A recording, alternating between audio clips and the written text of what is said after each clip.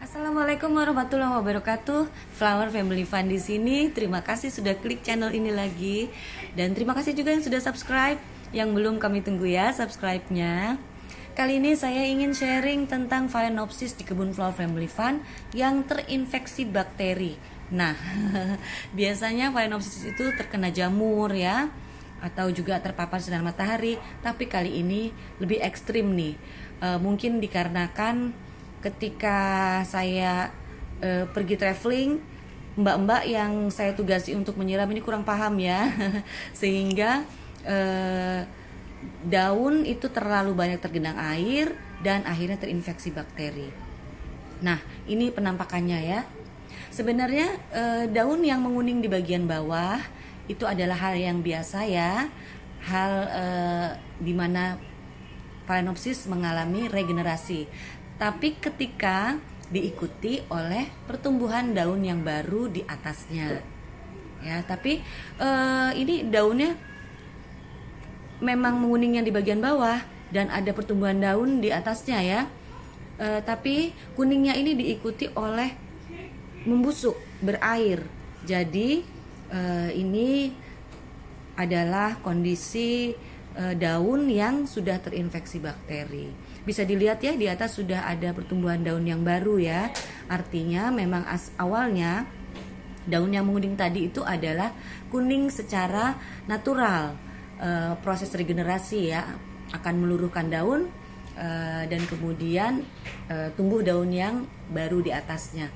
Tapi mungkin karena kesalahan penyiraman si mbak-mbak sehingga akhirnya terinfeksi bakteri. Nah, sekarang ikuti ya cara saya mengatasi Phalaenopsis yang terinfeksi bakteri ini. Di sini saya sudah sediakan larutan bakterisida. Bisa dibeli di toko-toko pertanian ya, bakterisida untuk merek apapun.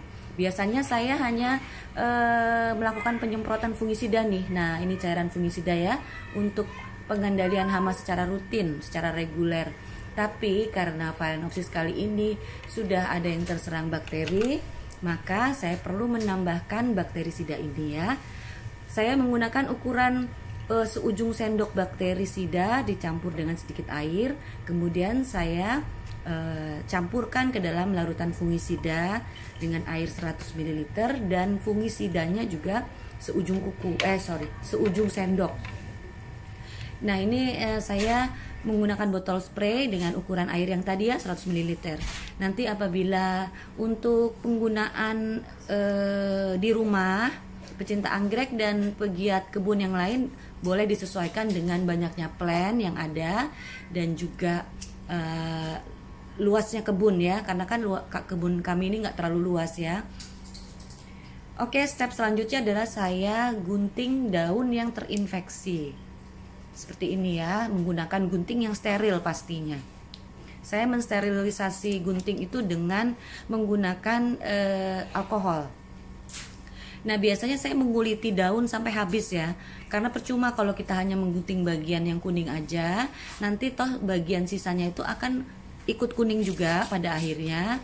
Dan karena ini sudah terinfeksi bakteri, pastinya juga bakteri akan ikut terus sampai menghabisi plant yang lain. Maka itu saya biasakan untuk menguliti seluruh daun sampai habis, sehingga tidak perlu lagi menunggu.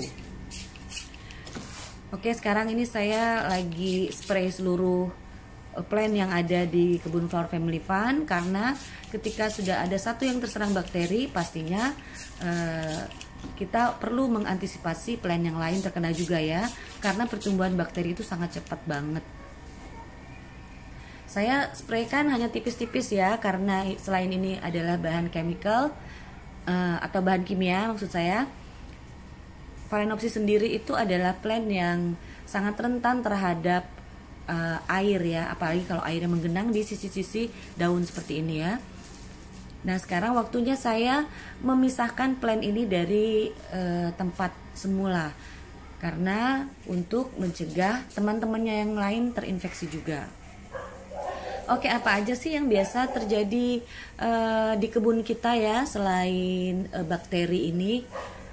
biasanya anggrek itu rentan terhadap busuk akar.